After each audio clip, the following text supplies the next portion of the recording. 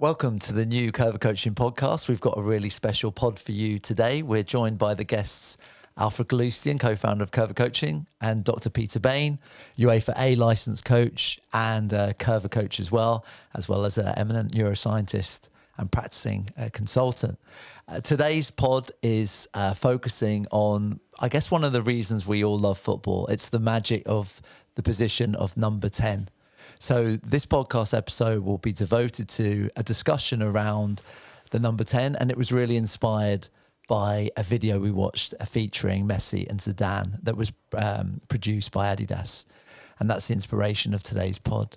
So as we get into the conversation, I'm going to ask both of our guests what number 10s they really like and what inspired them to like these players. So I'll throw over the ball firstly to Dr. Pete. Pete, number 10s that you like and admire, and why?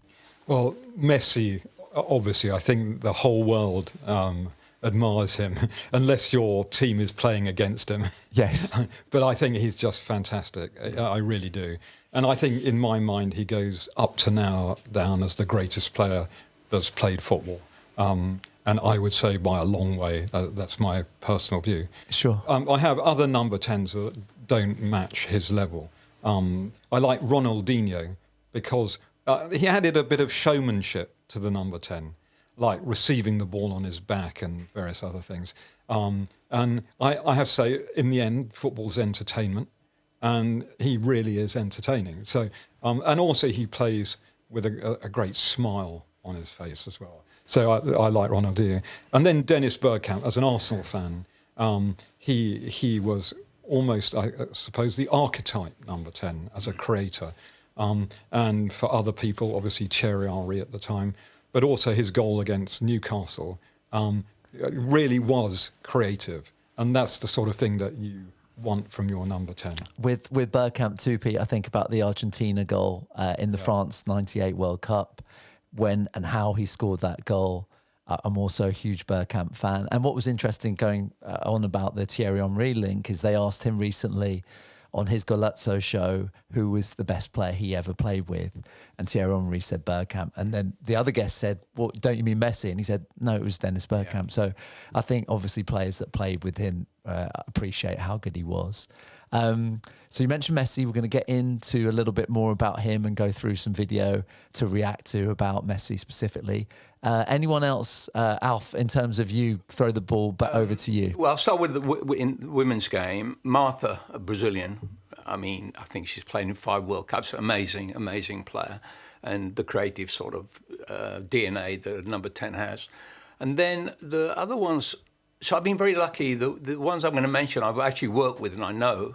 Obviously, the late Pelé, Rivellino, who I worked with in Brazil, Zico, I worked in Japan, with Zidane, who I did an interview with, but also when I was working with the French Federation, used to see him at the training ground at Clairefontaine and actually stole some of the drills that he was involved in. And I suppose the last person I'm going to mention is Totti. I admire him, of course, as that creative number 10 that creates and scores, but also his longevity too, and his discipline, like Messi, that character. So those are my favourites.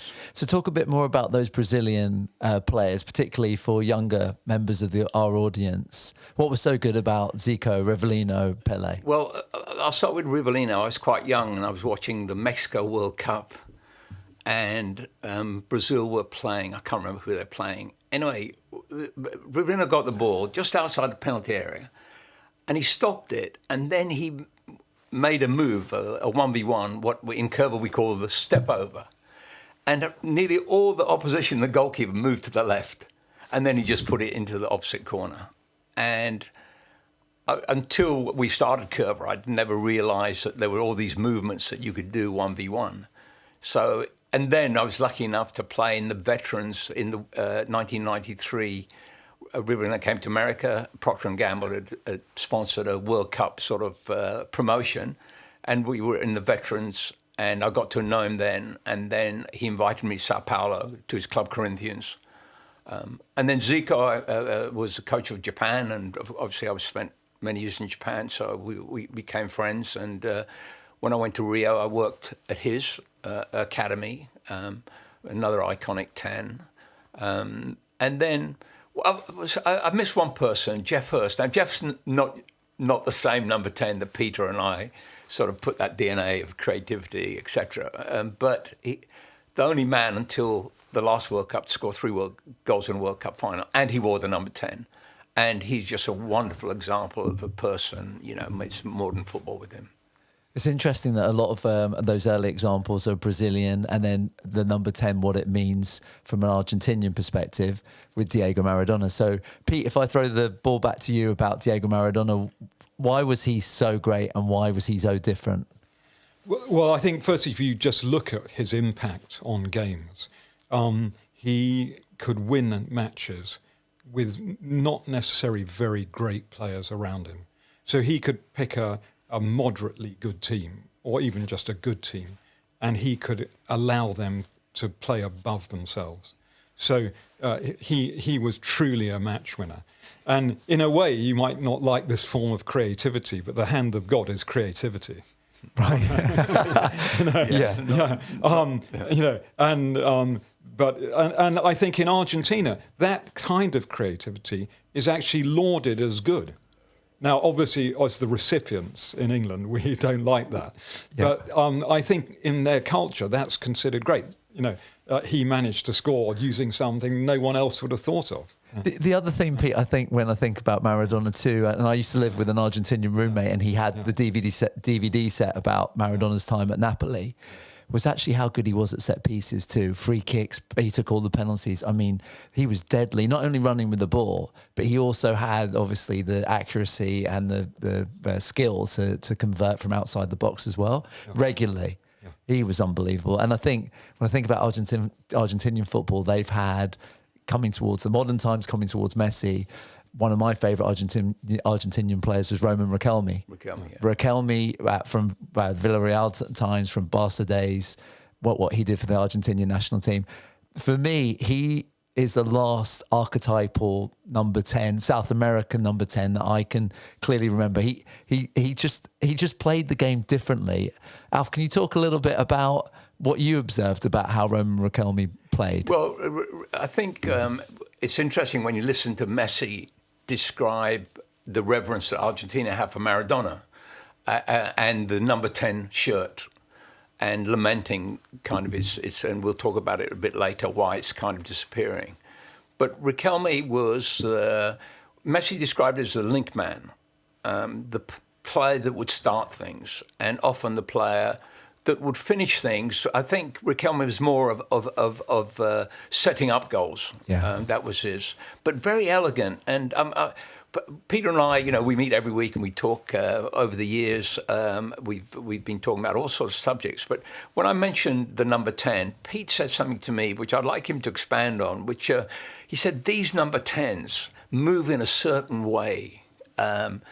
They move beautifully. There's an aesthetic quality. Can you just expand on what you meant then, Pete? Yeah, so I think they have a fluidity of movement. Okay. There's a kind of purity of movement that they have, and I suspect that that's probably because they have very, very fine sense of balance. So if one goes out of football for a moment, someone like Federer has a beautiful movement, which neither Nadal or Djokovic have, but they're brilliant tennis players. But everyone would see Federer as more aesthetic. So at Arsenal now, I would say the person with the most fluid movement is actually Saliba, one of our central defenders. And I think if you watch the way he moves, he has that grace in movement and that beautiful balance that has a very aesthetic quality. It's when you say Saliba, actually he attended the Coerver French school. Academy in Paris, yes. The Academy in Paris. So Saliba's a former Coerver kid. Yeah, and that doesn't surprise me, because not only has he got beautiful balance, you very often see him using a move to get past a striker. He with nobody behind him. Or shield the ball. Yeah, or shield the ball. So he takes strikers on. And again, I think that must come from his Coerver days and being very confident on using a skill to get past a player. Pete, I remember on the first podcast we did with you in the last pod, you talked about this grace. Could you just summarise how you think actually that occurs? How people develop that? Yeah, I think it's partly probably from them. And I suspect that in some way it's partly from observing others. So just talking about Messi, for example, when you listen to him, he said that when he was young, all he wants to watch was Maradona. Now that's not a coincidence, I don't think. And I think there are 2 goals, one by Messi for Barcelona, one by Maradona when he runs through the England team with the other goal in the Hand of God game. Yes. And they're almost identical, the 2 goals. And so I think that it comes partly from innate qualities, but also probably that something attracts the attention of that player at a very young level and helps them to move like that. So, Pete, is that you remember? We were talking about this aspect of visualization, not only in football. Is that what happens? So kids can sort of, because my grandsons play FIFA, etc., etc. I mean, could that, in a weird way, be helpful to them? Yeah, and I think if you listen to young kids playing, you actually hear them calling themselves Maradona or Messi, don't you? Yeah. Or Pele, depending which country they're from. Yeah. When they're playing in just any old area, and not in proper games. And so they've obviously taken what they've seen really to heart and are trying to kind of gain the quality of that player by using their name. Yeah. So it's a mind kind of, actually this whole mind, the importance of the mind again, right? Yeah. So I think Messi's got it absolutely right, because he was watching Maradona so much and realising he's so special, and therefore he attracted his attention. It doesn't surprise me that he becomes a number 10 and wants to do the same thing. Right. And okay, so let's get to the main sort of topic of today's pod, which is reviewing this great video that Adidas put together featuring a Messi and Zidane conversation. So before we get into the video clips and our reactions to them, can you talk a little bit, Alf, about Zidane and his gracefulness and maybe your insight on the player and the person? Yeah, so the player, I think, one word, elegant. When Peter started talking to me about the beauty of the movement, and I remember Arsene Wenger, when I did met with Arsenal, we did podcast, he was also talking about the way certain players move, and Peter, as a scientist, has described it much better than me. So I think it's just the calmness Zidane played with. Football's so crazy sometimes, and people rushing around. And Zidane was nice and calm, walking some places, like Messi walking some places, and so the calmness was really, I noticed that. Do you think that's as a result of his confidence and the fact that he knew he was capable of doing these unbelievable things? Well, I think the one time I interviewed him, he's just a very quiet spoken, calm person. You know how people get, I wish I was like that, but they get excitable, etc. Very, very calm. And he is like he plays.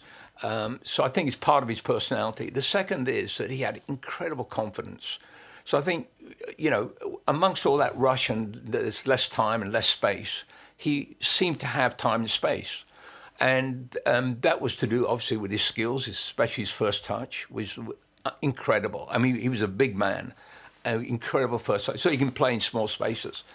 And it was almost impossible to press him because his first touch was so good.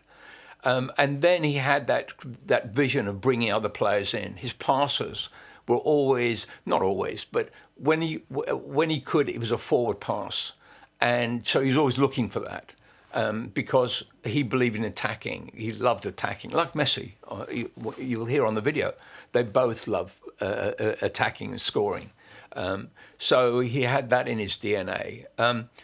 And the time when I was working at the French Federation in 96, 97, so Clairefontaine was the centre at Paris, and Gerard Houllier, who brought me in, but then Amy Jacquet, who I also worked with.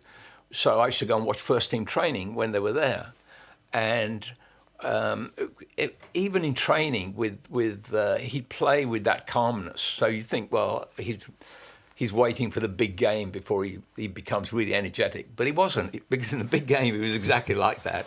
And there's one drill we do in Coerver, back-to-back goals, which I actually stole from that Clairefontaine session, where I remember Zidane got the ball maybe 40 yards from the goal. And you have 2 goals back-to-back, and Barthez was the goalkeeper, so he was having to defend both goals.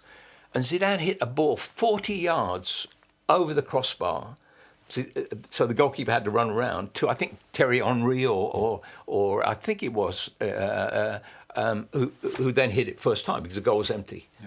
Just to have that vision that you're talking about, to see that. And but that's become a standard Coerver practice now. Yeah, it's a great practice. Anyone that's ever been involved in that, there's so much action, there's so much creativity, right? Because you can switch play.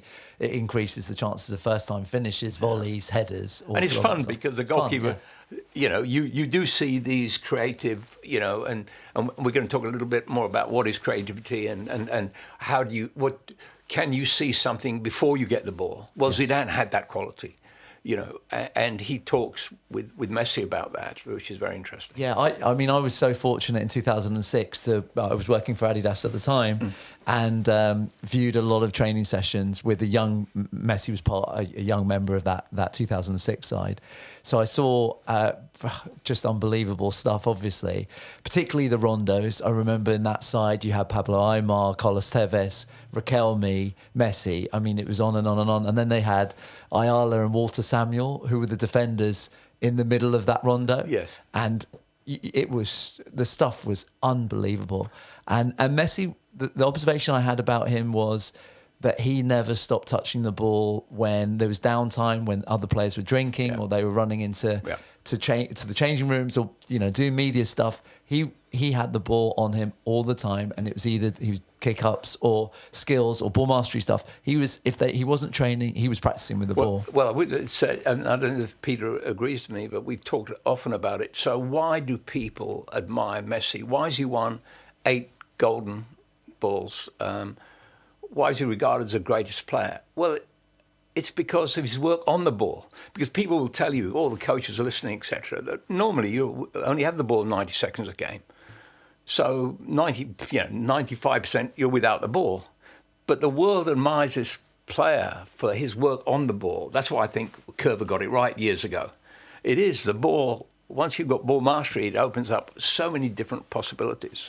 Yeah, Pete, please. So I remember seeing Dennis Bergkamp at Arsenal, and it was the last game before Arsene Wenger took over. And it was Arsenal playing Leeds United in an FA Cup game. And Leeds actually won 1-0. And I remember watching the game and thinking, there's 21 people trying to play football, and there's one who can play football. That's Dennis Bergkamp. And like he was from a different planet. And what it was the certainty he had in his touch. So when he wanted to lay the ball off at a particular speed, distance, that's exactly what happened. There wasn't error in the touch. It was totally precise. And I was just watching thinking, this guy has absolute control of this football. When he wants to lay it to the right, do this, make a little pass, curve the pass, it was just happening the way he wanted it. Everyone else was trying to. He was doing it. And almost every time. I couldn't remember one pass or thing where he didn't do what he wanted to. And that's consistent in all the number 10s we've been talking about so far, right? That certainty of touch, the quality of touch. It's with the ball. It's with the ball. And of course, that's what we built the Coerver Foundation on for 40 years. I think looking at Messi and how he's adapted his game as he's got older as well, obviously he's probably the greatest at running with the ball of all time. But his passing, for me, he doesn't get enough hype. He doesn't get enough analysis of how good his passing game is, particularly the killer passes. And I can think of ones that he's done in previous World Cups, and that one he did in the Qatar World Cup as well, the reverse pass when he's come inside. Can you talk a little bit about his passing too, and how perhaps that's undervalued? Yeah, so I think Messi and Zidane speak about that. You know, Zidane says, what do you like better, passing or passing a great pass or scoring a great goal? And I tell you, I wasn't surprised with Messi's reply. He was saying a pass is, you know, sometimes better. It feels better. And so the sort of pass that he's known for is something that we call the killer pass. So the killer pass is, the definition of a killer pass is usually a forward pass that makes a goal chance. Whereas the other sort of passes, you can have what we call a box area pass, where you keep the ball as bait, you're pressed, and then you move the ball into space and then populate that space. That's another sort of pass, which is, of course, very valid, but I don't think Messi was talking about that in the video. I think Messi's talking about the killer pass. Right. Well, actually, it's a great segue to get into, again, this Adidas video that's so good and so inspiring. We're going to look at the first clip, and then I'm going to ask you guys to react to it. Pero es verdad que el 10 todo, cuando de pequeño queríamos tener todo el número 10. Del equipo era el líder. Sí, siempre era como el jugador diferente, ¿no? Claro, y todos queríamos ser jugador diferente. Diferente, es verdad. Todos nos creíamos el jugador diferente, por más que, Sí. que no lo seamos, todos queríamos tener el 10. Realmente, de chiquito. Hoy no sé si es tanto. ¿Cómo? Hoy no sé si es tanto el número. No, es verdad. Es lo que hablamos con la gente hoy en día. No tan importante como antes, como tú decías. Es verdad que el 10 hoy... También el sitio, se perdió la mucho, posición. claro, sí. Se pierde mucho, ¿sabes? Si juegan 4-3-3, 4-4-2, el 10 como si... En la posición que tenía antes, que reflejaba que era el 10, el media punta, el enganche, como lo llamábamos nosotros. Eso es. Ahora hay muchos equipos que juegan 4-3-3 y son más interiores que 10. O el 4-4-2 lineal no entra tampoco. Es verdad que queda un poco. Pero bueno, menos mal que juegas todavía, que existe todavía el 10. Ahora se transforma mucho o en interiores o en extremos falsos. Sí. Que son malos 10. Pero es verdad que el 10 nuestro, por ejemplo, el que caracterizaba siempre al 10 argentino, el mediapunta, enganche, Riquelme, Aymar, Sí. Hay poco ya de eso. O no hay. Sí, es verdad. O no hay, se perdió mucho. Okay. Okay, so I'm going to kick the ball over to you first. How do you react to that, and what's your take, particularly on where the number 10 position's going? Well, I think that Messi and Zidane correctly, obviously know 1,000 times more than me, are saying that it's becoming obsolete. And Pete and I have talked about this, and he's got a great take on it. It's not becoming obsolete, but the 4-3-3 and the 4-4-2 means that there's no real room for that DNA of the number 10 that we described before. But I think it's more that it's evolving, and the attributes that a number 10 had are now being taken over by other players. So I agree with what they're saying, that number 10 position is disappearing. I think Pete's got a great quote from a current player, which actually describes much better that rather than disappearing, it's evolving. Is that Jude Bellingham? Yeah, Pete? that's right. So he was asked about the number 10, and he said he insists on wearing the 22 shirt because it represents his ability as a midfielder to play every position in that area of the pitch. As a 4, i.e. holding midfield, 8 and 10, which adds to 22. Right. So he's saying that he wants to be able to be free all over the pitch. And I think if you look at Martin Ødegaard at Arsenal, he is again a modern 10, where he's not in the traditional place, the hole or inside right, inside left areas. That he can be picking it up off the defence. I think another one, Bernardo Silva, he is literally all over the pitch. He's even dropping into centre-back sometimes. To pick it up, pick it up. And I think that's the evolution of the number 10, that they are, instead of being in that area of the pitch where they conducted the game from there, they're now going wherever it suits them to get on the ball and to conduct the game. I saw James Maddison recently at Tottenham, Pete, and it's the first time I've seen him live, and I thought, wow, he's such a great super player. Yeah. Particularly how he looks forward so quickly, you know, and he disguises those killer passes, the ball's into Son's feet. He's looking one way, he slips it in another, and he's always looking forward. I think maybe, you think Maddison's an example of maybe more of a traditional 10, or does he combine these other positions as well? Yes, I think Peter's, no, he's the modern 10. 10 has dissolved. But I think, picking up on what Peter says, is that 40 years ago when Charlie and I made our first mission statement in Coerver, one of the things was that we wanted to devise a curriculum that would develop players with similar skill sets, all players, and even back then, the goalkeeper. So really what's happened now, fast forward 40 years, and the Coerver curriculum as such, underpinning that curriculum was to develop players of similar skill sets, because you can't play a number 10 unless you can receive and pass the ball. You can't play unless you can control the ball in small spaces because you've got less time.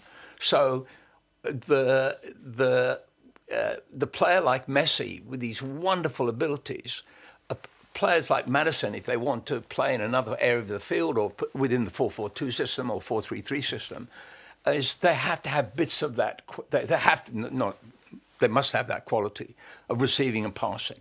They must have ball mastery, and therefore, and it's even. And Peter knows much more about goalkeeping than me. But in the last 15 years, the goalkeepers now evolving that they must receive and pass, because that's the mother and father of that number 10. Because they created through receiving and passing, and they scored goals because they had the ability to create space with 1v1. Well, that's a good point about goalkeeping. I know Edison now, when you look at the stats, has way more touches than Haaland up front. So Edison's much more involved in the game. Well, he's got the number 10 gene, hasn't he? So this, what Peter was saying, was Bellingham saying, is yes, that beauty of that number 10 and this wonderful skills. Every player has got to take that up, and then they've got to have a curriculum that does that. Right. Yeah. Because you know, we can talk about nature or nurture, but with Coerver, we've always believed that ball mastery was a foundation, and when you've got ball mastery, you can build every other part of the sort of core game skills on. We watched recently the Copa Libertadores final, and what was your observation on how they play and the difference technically between maybe the Premier League game and what the South American game is doing at the moment? For me, it seemed to be very minimal touches. Everything's one touch in tight areas, and then they get it out to the wingers and they attack. Yeah. What was? And I know it was some of the tackles were quite hairy as well. Yeah. But what did you think the differences? So we're going to Argentina next week, I think, Jim, to do clinics with some of the FA, some with the Independiente, one of the Buenos Aires clubs. So I know my closest friend is Ozzy Ardiles, so I know that I know a little bit about Argentina. First of all, the passion, just the passion, emotionally, it must have an effect on the players. And I don't mean this in a disrespectful way. I was watching the game, I thought, this is the Wild West, as you would, that somebody's going to have a big problem here.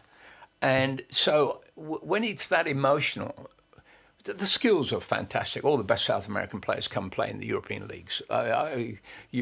Nobody has to sell me on their technical value, but that particular game and the passion of that cup, the main South American cup, I think that's beyond football. I don't know what Pete feels. Yeah, I think it is. And when I watch it, I thought, firstly, fantastic game. Yes. Secondly, I thought the referee was brilliant. Yes. Absolutely brilliant in the way he controlled the game. Very lenient in the first half and then clamping down, knowing that the tension was going to get worse and worse. So very, very good refereeing. But it had that South American ability to be slow, and then suddenly quick. Yes. Which I think we've lost in the Premiership. Premiership is just all action. One pace, yeah. All action, all the time. And actually, I really enjoyed that. And I really enjoyed I was really watching carefully how they were passing it around, waiting for that moment, for the killer ball or whatever. And I do like that element of Latin American football, I must say. Absolutely. Yeah. And it's funny, you going back to the next clip, how we can tie into the next clip and the love of the game, Pete, those things maybe you initially found so enticing about this game that we all love is still true today. Yeah. You know, you still identify with those things. And I think when we see this next clip, you'll see how Messi and Zidane were also inspired as well. Yeah. And I'm sorry, just before this clip, one other thing. It's no coincidence that Liverpool and City, the two most effective teams in the Premier League, have Brazilian goalkeepers. And then we have the Arsenal conundrum of Raya and Ramsdale. Ramsdale's a great keeper, but Raya is a 1 with a 0 on. So, and that's why he's in. Right. Yeah. Right, let's look at the clip. ¿Y tus hijos qué tal? Juegan poquito, ¿no? Mis hijos le encantan los tres, son apasionados del fútbol. Le gusta la posición de 10, ¿no? Supongo. Bueno, son chiquitos, les gusta. Sí, generalmente cuando son chiquitos te gusta estar arriba, hacer goles. O ya tenés que nacer con la locura de arquero, que te gusta el arco, pero generalmente sí, lo lindo es hacer goles, estar ahí arriba. Pero bueno, son chiquitos. Pero sí que tanto el día con la pelota. So Messi talks about the importance of loving the game. How important is that? Honestly, in my career, both as a player and as a coach, I think you become a player when you're very young and you continue because you love it. And so, to me, I know whether it's grassroots or the pro game, but let's say grassroots, 98% of the world playing and the fans. You've got to love it because if you're a young player, if you love it, you want to do it more. And the only way of getting better at anything is to do it more. So love kicks it off. You do it more, you get better, you do it more, you get more confidence, you become better, and you love it more. And I think that is, if you ask me, because in Coerver we've been devising drills and games for 40 years, that is a DNA. When Charlie and I sit down to make a drill or a game for a boy or a girl between 9 and 16 years old, right at the top is this, will they enjoy it? Of course, it's got to be competitive, and it depends what level they're playing at, and there can't be waiting time, and there's got to be a lot of turnovers, attacking, defending. But right at the top is, do they like it? And Pete, what do you think what the qualities coaches need to help sort of facilitate this love of the game? Yeah, I think one thing that's probably underestimated is using the kids' imagination. So I'll give you an example. So I had a game called Robin Hood, where there were 2 goals, mini goals on each end, and the pitch was in thirds, and you could only score from the middle third. But right in the middle, instead of a third goal, I just had a pole, remembering the Robin Hood moment when he split a pole with his arrow from 100 yards or whatever it was. And so you got 3 goals if you hit the pole. And the point of that drill was really to improve accuracy of the shooting, because you see a lot of kids, they hit the ball hard and it goes row Z or wherever, you know. And just by calling it Robin Hood, it bought into their imagination. And trying to hit the post, they could see exactly why it was called Robin Hood. So I think things like that, where you can get the kids' imagination involved in the practice, is really helpful. And then it becomes fun for them. And then they can actually see the progress. And actually, after 3 or 4 sessions, from almost never hitting the post, they were beginning to hit it probably every 5 minutes or so. What sort of qualities do you think, there's a lot of people listening are parents and coaches, what qualities would you think makes a good teacher, Pete? Well, I think a good coach in football, in effect, is a teacher of football. Yeah. But it's also slightly a teacher of life as well. Okay. And so I think the first thing, and I think the kids pick up on this very quickly, is do you just fundamentally have warmth for other people? Do you know what I mean? And I think if you don't, then it's not going to be easy to get young players to buy in, all the parents, you know. And maybe one should think about trying to work on that oneself. So I think that's a really important thing. And when the kid or the parent arrives for the first time, they're often very unsure what this football team or club represent, what's it all about. They're completely sort of feeling their way. And just having warmth and saying, well, just come and try, see how you feel, and being open to that sort of thing, I think is really important. I think that's probably the main thing for young players. Then hopefully the coach learns as they go on and realises the importance of what makes a football player as opposed to just a good sportsman, and what makes a good football player as opposed to a good athlete or someone who can run around fast or is strong, is the control of the ball. And so that is the essence of football coaching, I think, at the youngest age groups. As you get older, of course, then tactical stuff comes in. Right. But I think when you think, why is it football that they're doing rather than rugby or cricket or golf or whatever, what is it that's about football? It is about ball control. Yeah, and I think that going back to the number 10 position, the creativity of a typical number 10 is part of the reason, I know from a Coerver perspective, why we all love this game, why we pay attention to the game, what gets us excited about the game. And I think that this next clip's really actually fantastic because we've got your expertise here with us today, Pete, and it's about speed and quality of decision making before receiving the ball. Yo era un segundo, o tú era 3 antes, 3 segundos antes de los demás, yo 1. Pero al recibir el balón tú sabías ya lo que ibas a hacer, y eso poco. So Pete, talk a little bit about that. How's the brain considering that? Yeah, so I'm so pleased they raised that because Alf and I have been working on that for 2 years, haven't we? Yeah. We really, really have. And not only this aspect of being aware of what's around you before the ball arrives and how it changes the fundamental way you coach and play football. So for years, football has been coached that you have the ball is passed, say, to you, and you receive the ball, so you need to learn the skills of receiving the ball. Assuming you got the ball under control, you're then looking around to see what you can do, and then you make a decision, and then you play the ball, run with the ball, cross, shoot, whatever you've decided to do.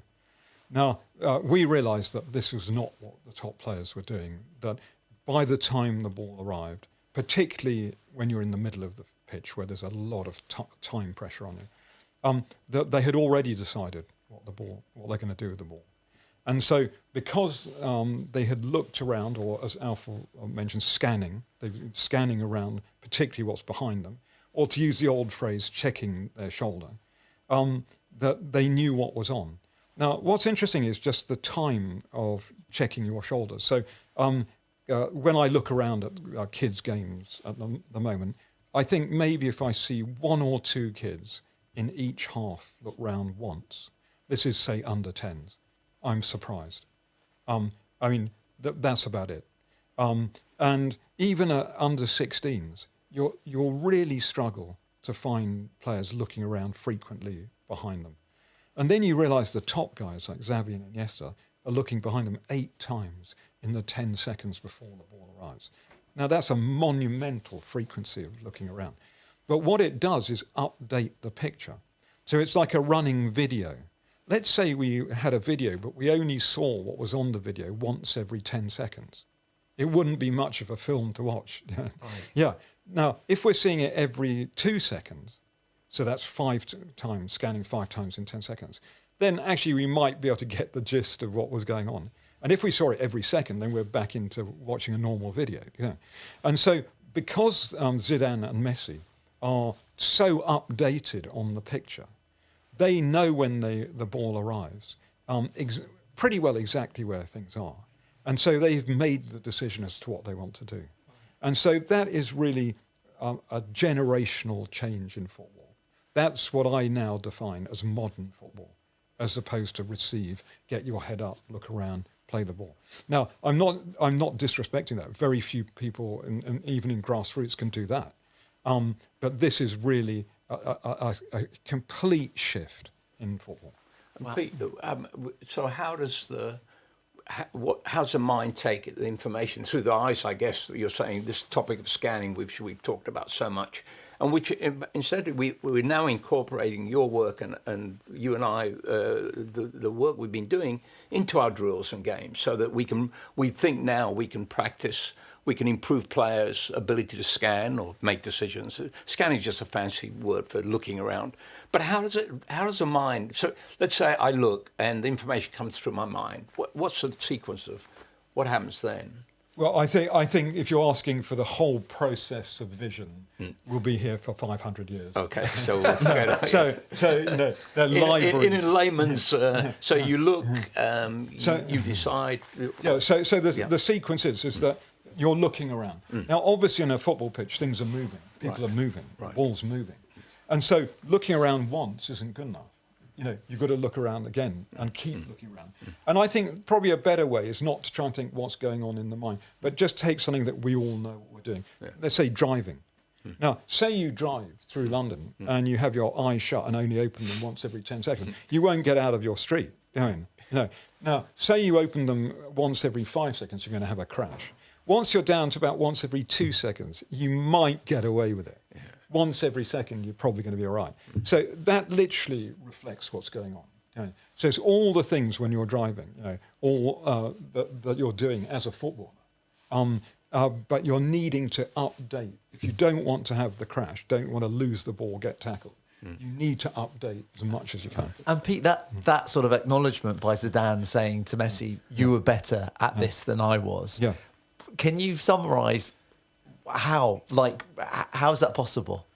Yeah, so I guess I haven't looked at this, but maybe someone could look at how many times Messi scanned versus how many times Zidane scanned. Right. Which would be really interesting. So I guess Messi might be a slightly higher scan rate than Zidane. Yeah. Interesting. Do you think that's why he walks around? But I mean, both of them walked.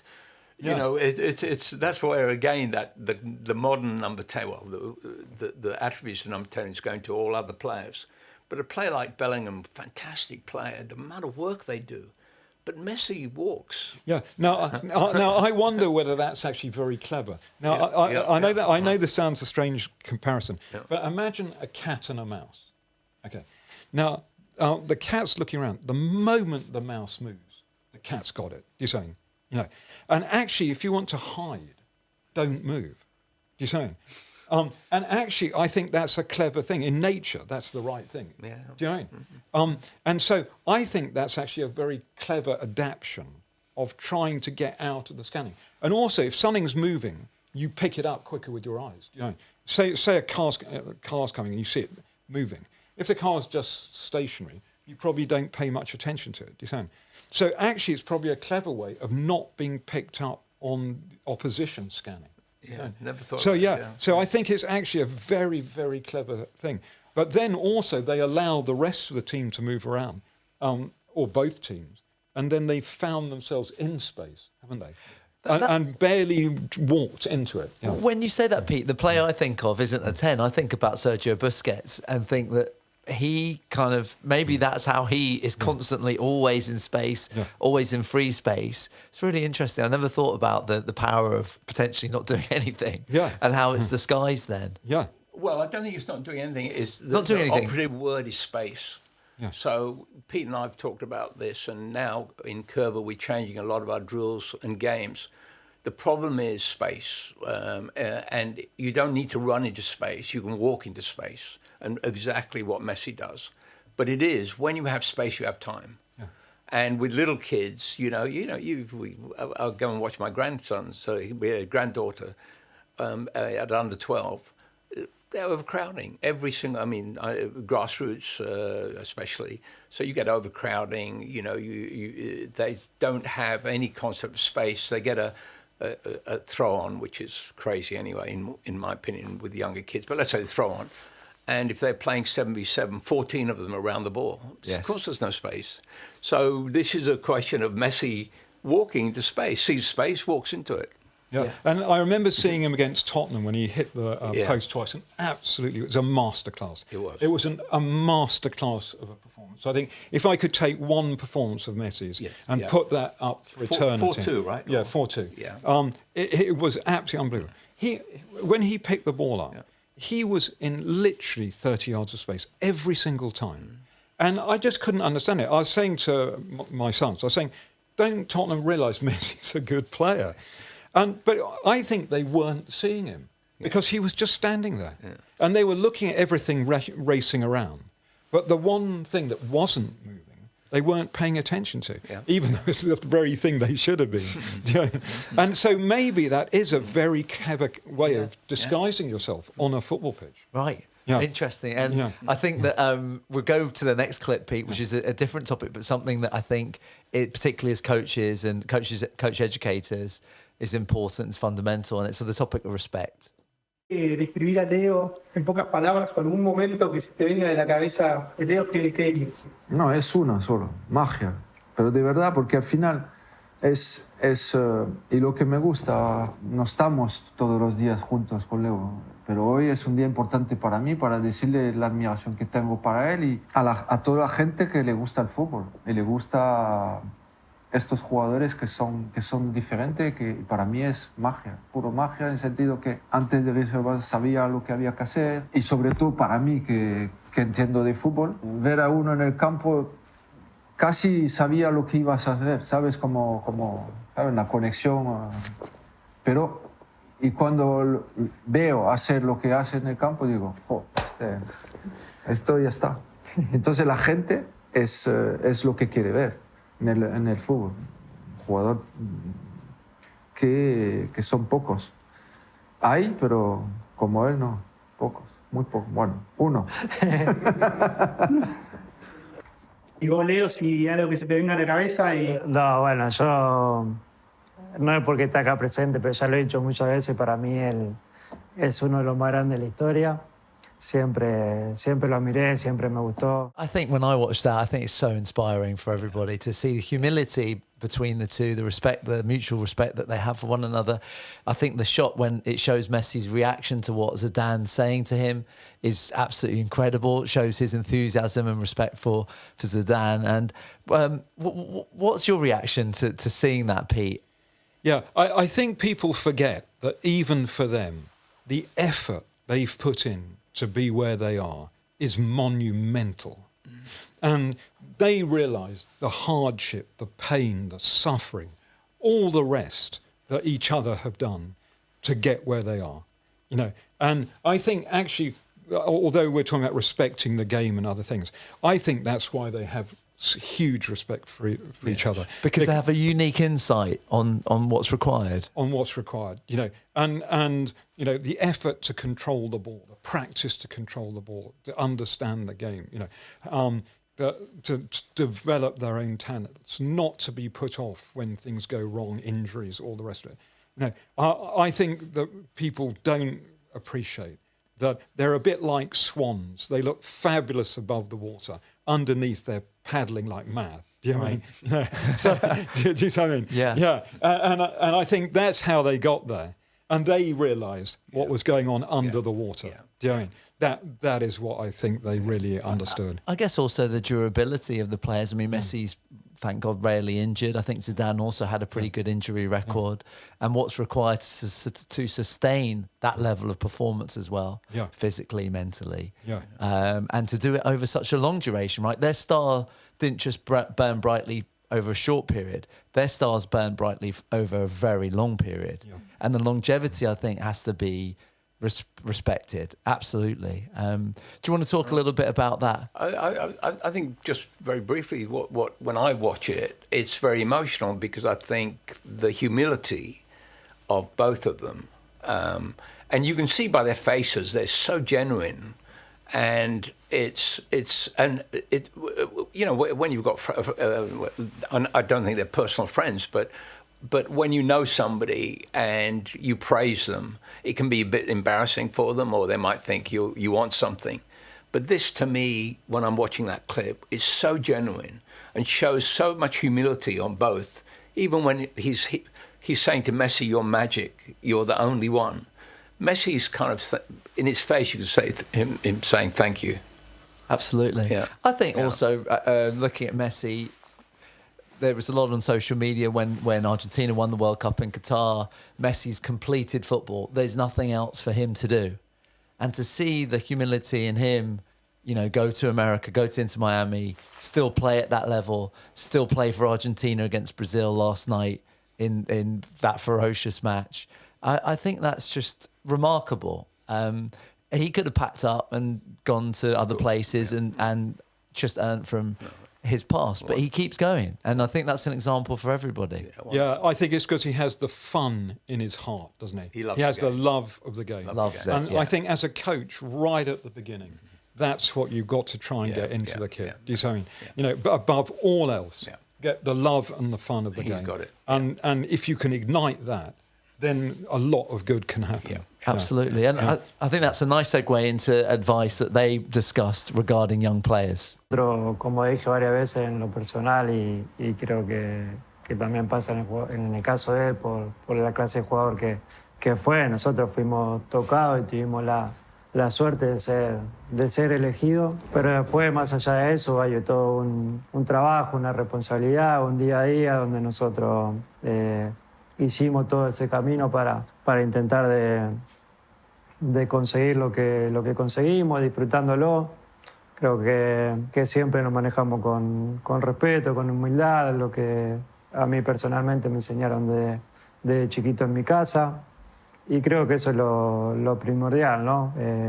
Como decía él, aprovechar la oportunidad y sobre todo ponerle cabeza, ¿no? Porque hay muchas personas que tienen mucho talento, pero muchos se quedan en el camino porque no solo vale el talento, sino el trabajo, el esfuerzo, sacrificio, respeto, suerte. Se hace falta mucha suerte en el mundo del fútbol también, porque todo el mundo quiere jugar al fútbol. Es el deporte más deseado por todo y oportunidades hay poca, ¿no? Pero es un ejemplo. Leo que porque juega todavía, es un ejemplo para toda esta gente. Porque su vida es esto, es fútbol y familia. Familia y fútbol, no hay más. Sí, para mí fue un estilo de vida. Sí. Yo tenía claro lo que quería hacer, disfrutaba desde muy chiquito y amaba jugar a la pelota.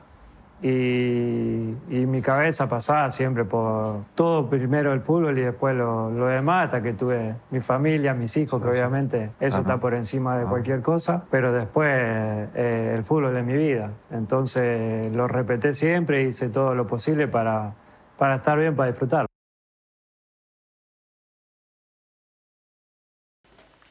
So what a great example to everybody, the importance of hard work. Pete, what's your opinion? I know you used this quote with the Coerver guys, the last presentation you did. I had all the skills, only my mind can let me down. How important is this mindset of hard work and what Messi's sort of described there? Oh, it's absolutely crucial. I mean, I think we've all seen very gifted footballers squander it away because of various aspects of their mind, really.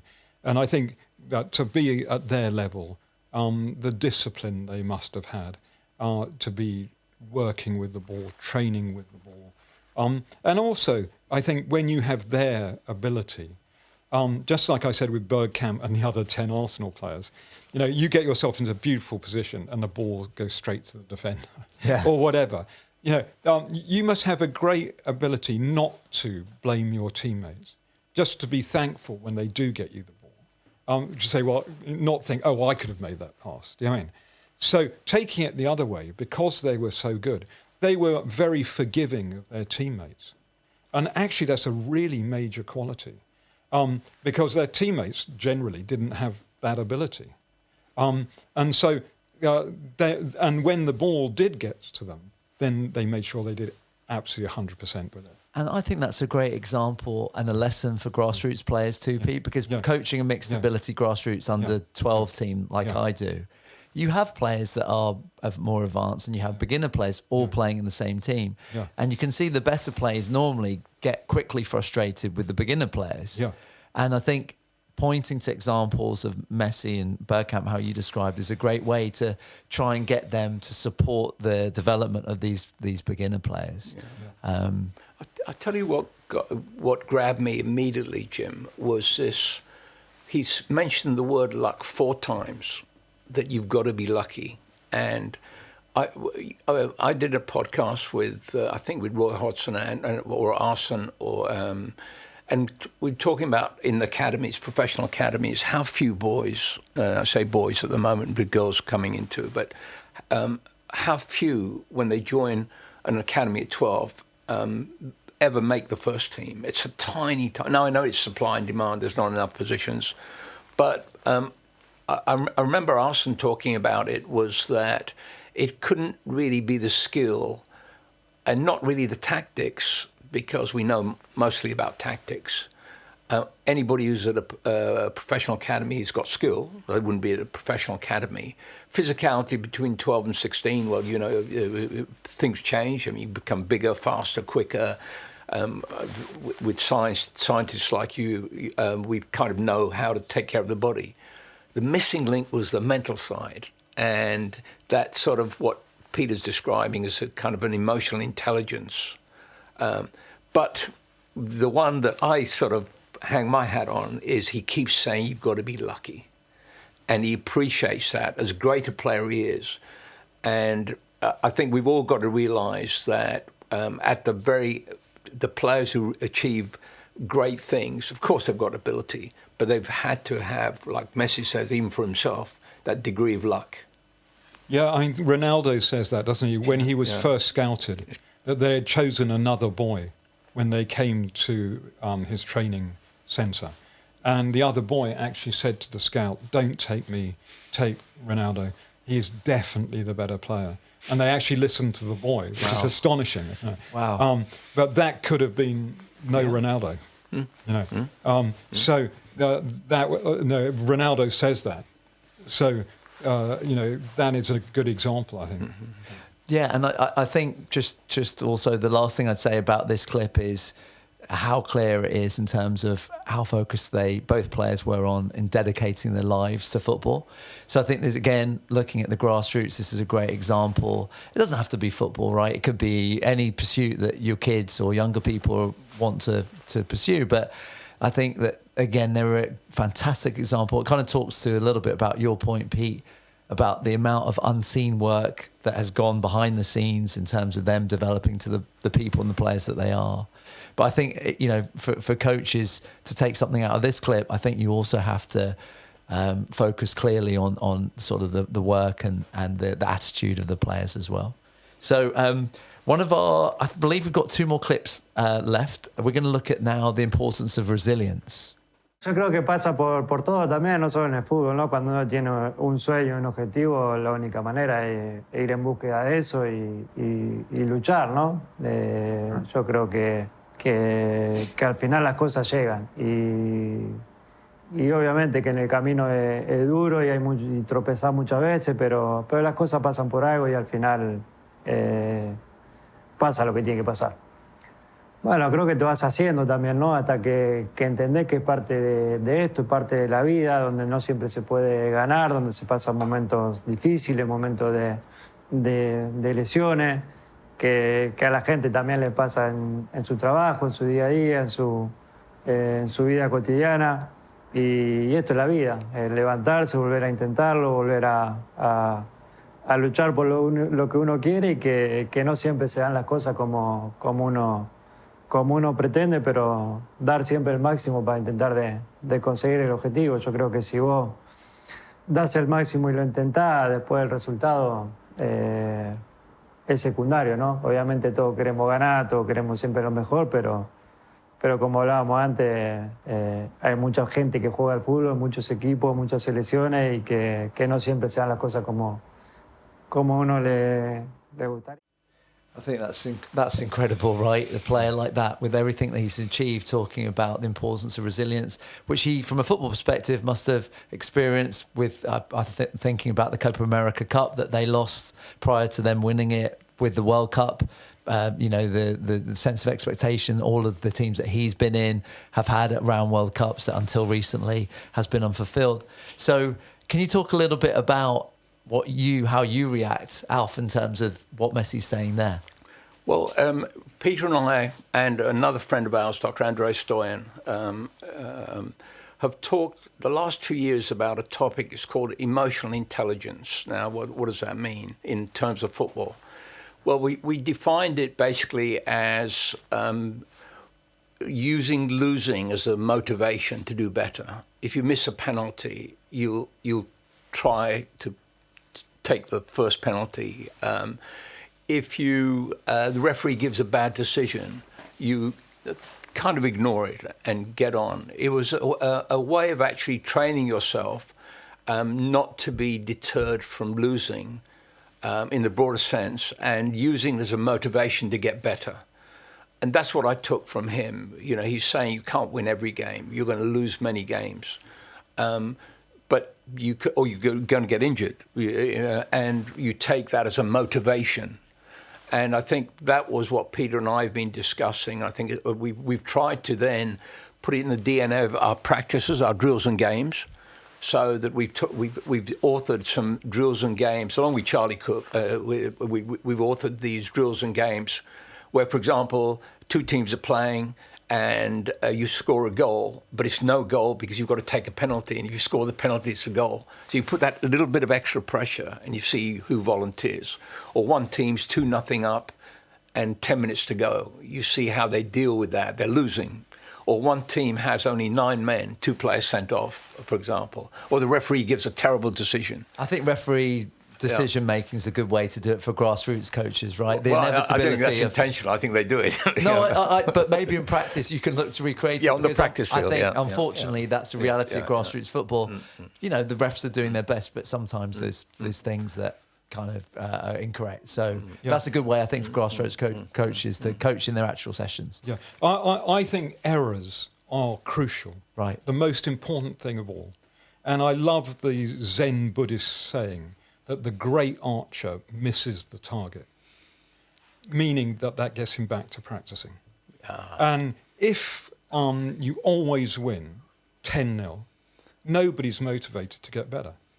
So it's actually what goes wrong that pushes you forward. And so losing or missing a penalty, these are actually the great moments. Yeah. So rather than the England crowd booing Saka at Wembley when he missed the penalty, they should be celebrating his development. Yes.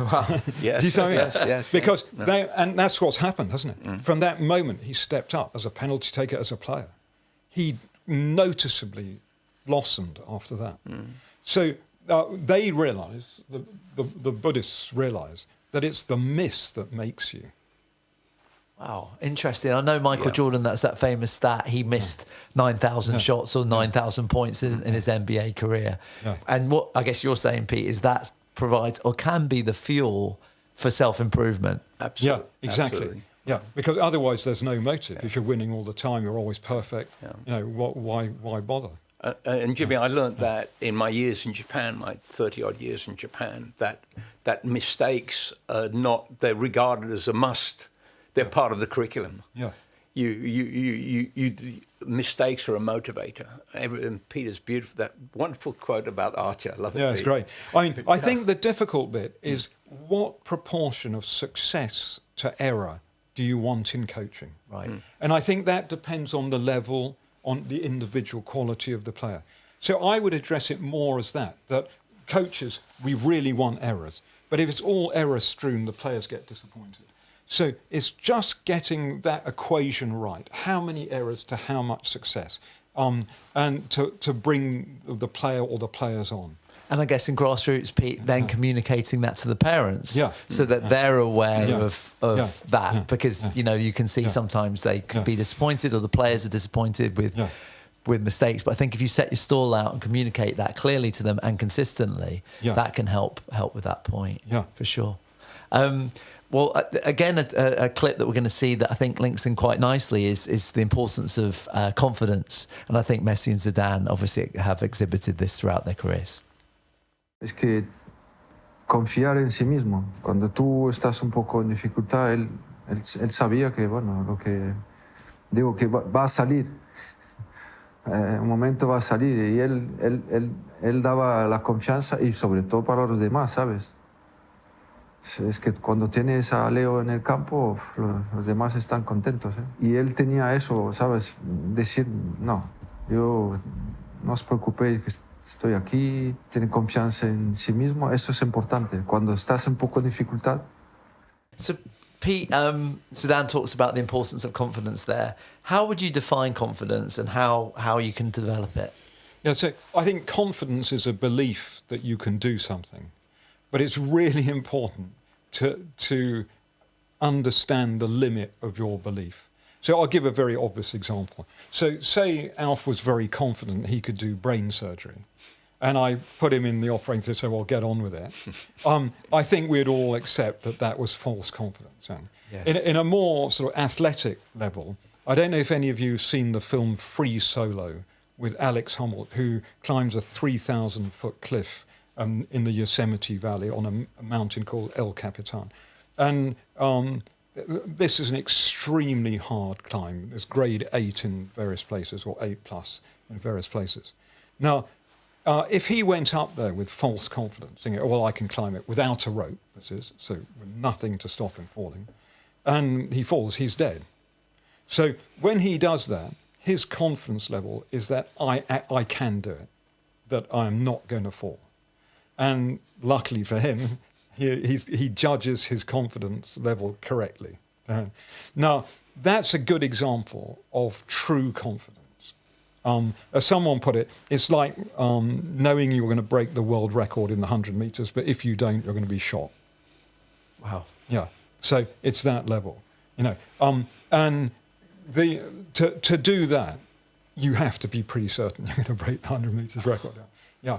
So I think that really sums it up. So why did he have so much confidence? Firstly, years of practicing climbing in the gym out there. Then years of practicing without a rope on gradually more difficult climbing. So you build the technique, you then test it on harder and harder and harder things. And that is really the Coerver method, isn't it? It's the skills bridge. That precisely comes down to the skill bridge. And so using this skill bridge is the way of gaining confidence in whatever activity you're doing. And the parallels, Pete, maybe not in terms of getting shot, but you think about Zidane and Messi in the biggest moments of their career, World Cup finals, stuff like that. They kind of exude this confidence. Give me the ball, I'll take the penalty, I'll make the difference. They've shown that in massive moments in their careers that have helped define them and as players as well. And I think that's an interesting parallel or kind of pivot to the climbing world. What was is that called Free Solo, Pete? Free Solo. And it's on Netflix. It's on Netflix. Yeah. I mean, if you haven't seen it, if you not in the slightest bit interested in climbing, go and watch that movie. You will literally be gripping the chair. Yeah. You really will. You know, it's unbelievable. It's an unbelievable movie. Fantastic. Yeah. Let's go to the next clip, guys. It's going to be about the importance of parental support. Y hablamos de eso, ¿no? El sacrificio que hacen los padres.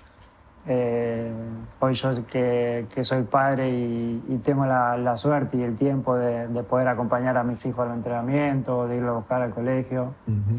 El esfuerzo y el sacrificio que hacen los padres por los hijos, los viajes a llevarlo a entrenar sin descansar, venir de trabajar y salir corriendo para un lado, para el otro, los de fin de semana llevarte a cualquier lado a jugar. ¿Te acuerdas de eso, que tu papá te llevaba siempre Sí, claro, a jugar? Me acuerdo de muchas veces me llevaba mi mamá también porque mi papá no podía porque trabajaba, pero yo me acuerdo de mi papá, se levantaba todo el día a las 4 de la mañana, volvía a 4 o 5 de la tarde y como llegaba tomaban un mate rápido y no íbamos a entrenar. Y a jugar, y a entrenar. Y así casi toda la semana, ¿no? Y es un esfuerzo grande para todos los padres que hacen cualquier cosa por sus hijos. Y bueno, esto es una muestra más también, ¿no? Que hay muchos de esos padres que hacen cualquier cosa para que su hijo tenga unos botines, una pelota. Increíble. So they discussed the important role of parents. What's your advice, Pete? Yeah, so I think that it's really important for the coach to embrace the parents and also to embrace the philosophy of learning for the parents, that it's not all about winning. And I think, unfortunately, if you go to the touchline in a lot of grassroots games, a lot of the parents, mainly the dads actually, all they care about is winning or not. And that, I think that's not helpful. I think it's great when there's a sort of greater family type representation where the grandparents have come along and the dog, so the whole thing becomes part of a festivity. The grandparents take the dog for a walk before the game, or the parents take the dog for the walk before the game, and then they watch the game, and then they go and have lunch together or whatever. So the football is part of a way of life. I think that's really good, but obviously they're huge sacrifices. Like in England, the parents have to drop the kids off at training when they're young. That means giving up time coming back for them. In a way, I think it's good for the parents because they meet the other parents. Then they learn to share lifts. Later on, they may be giving 4 or 5 players a lift to a game. And real friendships develop. And it's very interesting in my sons. My oldest son, who's now almost 27, he still meets with his old five-a-side friends now and plays five-a-side. So even after going through university and starting work, they've come back together again. Fantastic. Yeah, and I think that one has to realise that as well as the actual game, it is a huge social opportunity. But also it creates, the parents doing it for the kid, hopefully will, in the kid, create the idea that they will do it for their kids. Yes. Do you see what I mean? And that's a sacrifice. It sets an example. It sets an example. Yes. And so you're then cascading down a generation, trying to develop the person. It could be your son or daughter. But then in the end, you realise that's actually important for the whole team, for everybody. Yeah. Alf, how about you? What advice would you have? Maybe some practical advice, and if I can break it down to pre-game, during game, after game. So very quickly, pre-game, and Peter and I've discussed this, and he knows, of course, the science behind it, is screen time. Say if you're playing on Saturday or Friday, generally screen time, and he'll explain why it's not beneficial, but to sort of limit, so no iPhones from 8 o'clock at night and no TV or whatever before the game. And during the match day, I would think it's important what they eat, from Dr. Stoyan's, advice, especially between sort of 8 years old and 16 years old, that they're hydrated, that, with bananas, et cetera, et cetera. So they give them a good breakfast before, let's say their game is around noontime, et cetera. And at the game, no comments except encouraging comments. So so like a rule book for parents, there's no need to comment on the referee. Most of the referees in grassroots are volunteers. They volunteer. They're not professional referees. There's very few linesmen. If they're linesmen, they tend to be biased. Not for any, one team gives a linesman, and then so the parents shouldn't get involved in that. Their kids are playing as long as it's fair, and they, obviously the physical health of the players is paramount. But during the game, and also a lot of, when I go and see my grandkids, the comments from the parents to the kid on the field, where the kid on the field is always looking round to hear what their father or mainly, unfortunately, it's mainly the fathers. The mothers are pretty good generally. And then after the game, the car ride home, talk about something else. Did you enjoy it? Might be the comment on the game. But then what we're going to have for dinner tonight, or what are we going to do later on? And those 3 things, I think, are reasonable advice to parents. Okay, great. So we've got to our final clip, and I think we've saved one of the best clips for last. And we could probably devote a whole podcast just to this topic. So here's Messi and Zidane talking about what they prefer, a great goal or a great pass. ¿Hacer un gol o un pase increíble y hermoso? ¿Qué prefieres? Yo puedo contestar por ti. No, me gustan las dos, pero a veces un pase es más lindo que un gol. Muchas veces. Un pase lindo termina siendo mejor que el gol, y a veces da gusto hacer un buen pase y gol al gol. Bueno, tú hiciste de los dos. Marcarse mucho y hiciste muchos pases de gol. Fantastic. Pete, as a coach or as a player, when you were playing, what would you prefer? Well, I was a centre-back. Oh, right, okay. No, but I would put it like this. Do you prefer to be loved by the fans who love the goal? Or do you prefer to be loved by your teammate who like the killer pass? Yeah. And so I was captain of our at school. So I prefer to be loved by my teammates because they knew more about really what it was about. Right. Yeah. So I would say I preferred the pass. How about you, Alf, as a player? And as a coach, what would you prefer to teach? Well, regarding Messi's comment, I'm not surprised. Normally you'd expect to say, well, the great guy, a goal. Yeah. But Messi chose another way, which I think shows how genuine honesty is that it's a team game and he's thinking like a team player. Yeah. What can I do he knows a goal is good for the team, but he also knows a pass is good for the team. So this thing about Messi's an individual player, Messi's selfish, Messi plays for himself. Absolutely, he's the ultimate team player. And his answer was to me that he understands that it's a team game. Yeah, I agree with you because passing bonds the team. Yes, doesn't it? yes. If nobody passes, there's no bond in the team. No. I think he understands that. And although the net result is winning, you've got to score. It doesn't matter who scores. I think that he understands the ultimate team player. Yeah. Right. Well, guys, that concludes the podcast for today. I think in summary, I just asked for your reaction. I've been making some notes as we've gone along, and I think there's some invaluable lessons that Messi and Zidane have discussed today.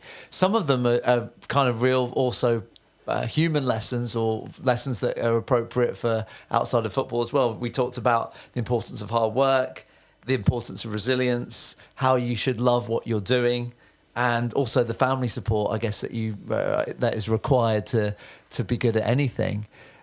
How do you think, from off the pitch perspective, what are the lessons, what are the key things that you took from this conversation? I'll pass the ball over to you first, Alf. Well, Peter and I and Charlie for many, many years have talked about the influence football can have. It's more like, sometimes you call it more than a game. And when you look at, in Coerver, we're in 51 countries, so we've had an influence for 40 years on how the game's played and taught. But I really think with all the terrible things that are going on all over the world, that it's one sort of common unifier, if you like. And it's so international. You see, you've got a Frenchman and an Argentinian, and who both have the love.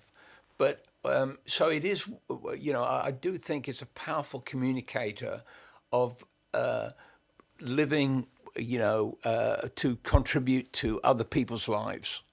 And I just think that Messi and Zidane are great ambassadors for that. But hopefully what we're doing in Coerver and Peter's doing in science, trying to sort of make things better, certainly in my case, through football. Right. Pete, anything to add to that? I just love the smiles on their faces. Do you know what I mean? They clearly, just even talking to each other and reminiscing about the football, you can clearly see that it's just enormous happiness to them. If I want somebody to go into football, I hope at the end of their days in football, that's what they feel. That's really what I take from it. Okay. Thank you, everyone listening, for tuning into our podcast. Please like and subscribe. Thanks, Pete. Thanks, Alf.